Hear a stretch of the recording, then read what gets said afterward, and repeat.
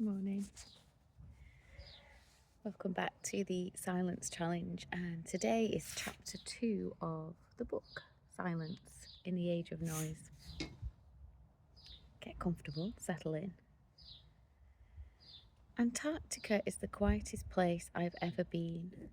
I walked alone to the South Pole, and in that whole vast monotone landscape there was no human noise apart from the sounds I made, alone on the ice. Far into that great white nothingness, I could both hear and feel the silence. I had been forced by the company who owned the plane that flew me to the northern edge of Antarctica to bring a radio. The last thing I did in the plane was to leave the batteries in the rubbish bin. Everything seemed completely flat and white, mile after mile, all the way to the horizon, as I headed southwards across the world's coldest continent.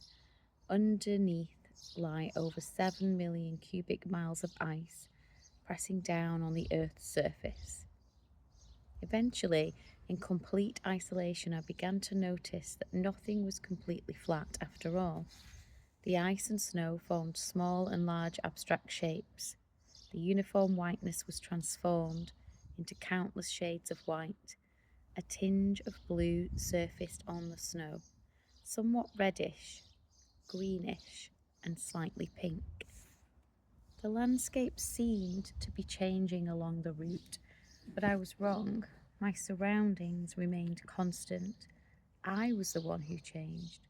On the 22nd day, I wrote in my journal, "At home, I only enjoy big bites. Down here, I am learning to value minuscule joys, the nuanced hues of the snow, the wind abating, formations of clouds, silence." As a child, I was fascinated by the snail that was able to carry its own house wherever it went. During my Antarctic expedition, my admiration for the snail increased. I pulled all the food, gear, and fuel I needed for the entire trip on a sledge and never opened my mouth to speak. I shut up. I had no radio contact, nor did I see a single living creature for 50 days. I did nothing but ski south each day, even when I got angry about a broken binding or because I merely slipped into a crevice. I did not curse. Lashing out brings you down and makes a bad mood worse. That's why I never swear on expeditions. At home, there's always a car passing, a telephone ringing, pinging or buzzing, or someone talking, whispering or yelling. There are so many noises that we barely hear them all. Here it was different. Nature spoke to me in the guise of silence. The quieter I became, the more I heard. Each time I stopped for a break, if the wind was not blowing, I experienced a deafening silence. When there is no wind, even the snow looks silent. I became more and more attentive to the world of which I was a part. I was neither bored nor interrupted. I was alone with my thoughts and ideas. The future was no longer relevant. I paid no attention to the past. I was present in my own life. The world disappears when you go into it, claims the philosopher Martin Heidegger, and that's precisely what happened. I'd become an extension of my surroundings. With no one to talk to, I began a conversation with nature. My thoughts were broadcast out over the plains towards the mountains, and other ideas were sent back. In my journal, Southwards, I noted how easy it is to think that the continents that we cannot travel to, experience, or see do not have much worth.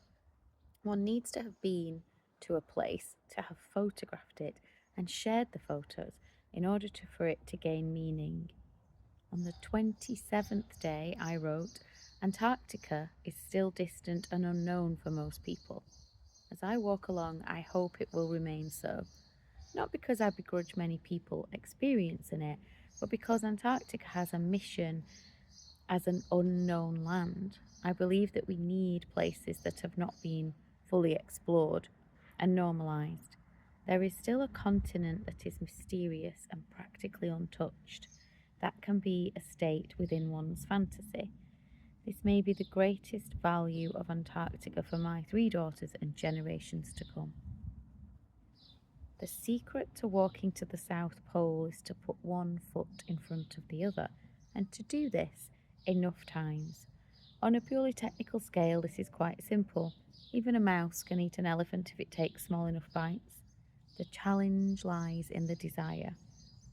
The biggest challenge is to get up in the morning when the temperature is 50 degrees below freezing in landscapes that mirror those of Roald Amundsen's and Robert Scott's times. The next hardest challenge, to be at peace with yourself. The silence adhered to me, having no contact with the outside world, isolated and alone. I was forced to further ponder the thoughts that I already possessed. I was forced to further ponder the thoughts that I already possessed. And what's worse, my feelings. Antarctica is the world's largest desert, comprised of water with more hours of sunshine than Southern California. There's nowhere to hide.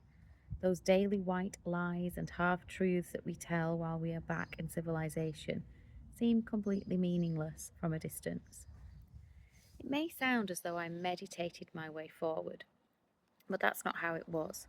At times, the cold and wind gripped me like a pair of icy wire cutters. I froze until I wept. My nose, fingers, and toes gradually turned white, and the feeling in them disappeared. The pain arises when parts of your body become frostbitten, but then the pain abates. It returns again when they are thawed out. All the energy I could muster was consumed in trying to warm up again. It's more painful to thaw out frostbite than to freeze it in the first place. Later the same day, when the warmth returned to my body, I regained energy to daydream. Americans have built a base even at the South Pole. Scientists and maintenance workers reside there for several months at a time, isolated from the outside world. One year there were 99 residents who celebrated Christmas together at the base. Someone had smuggled in 99 stones and handed out one apiece as Christmas gifts, keeping one for themselves.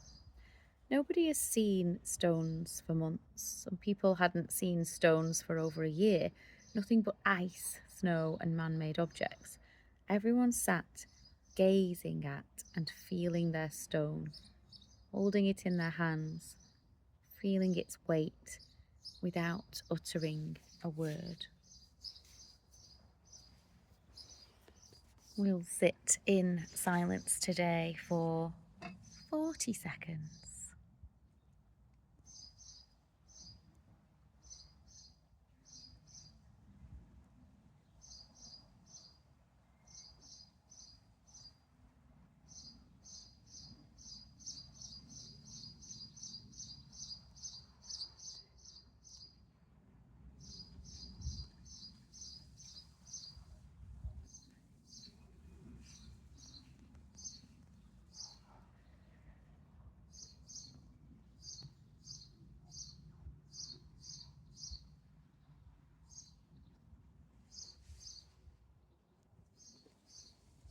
That's it for today. I hope you enjoyed today's chapter, and I'll see you again tomorrow for the next one. Bye for now. Enjoy the silence.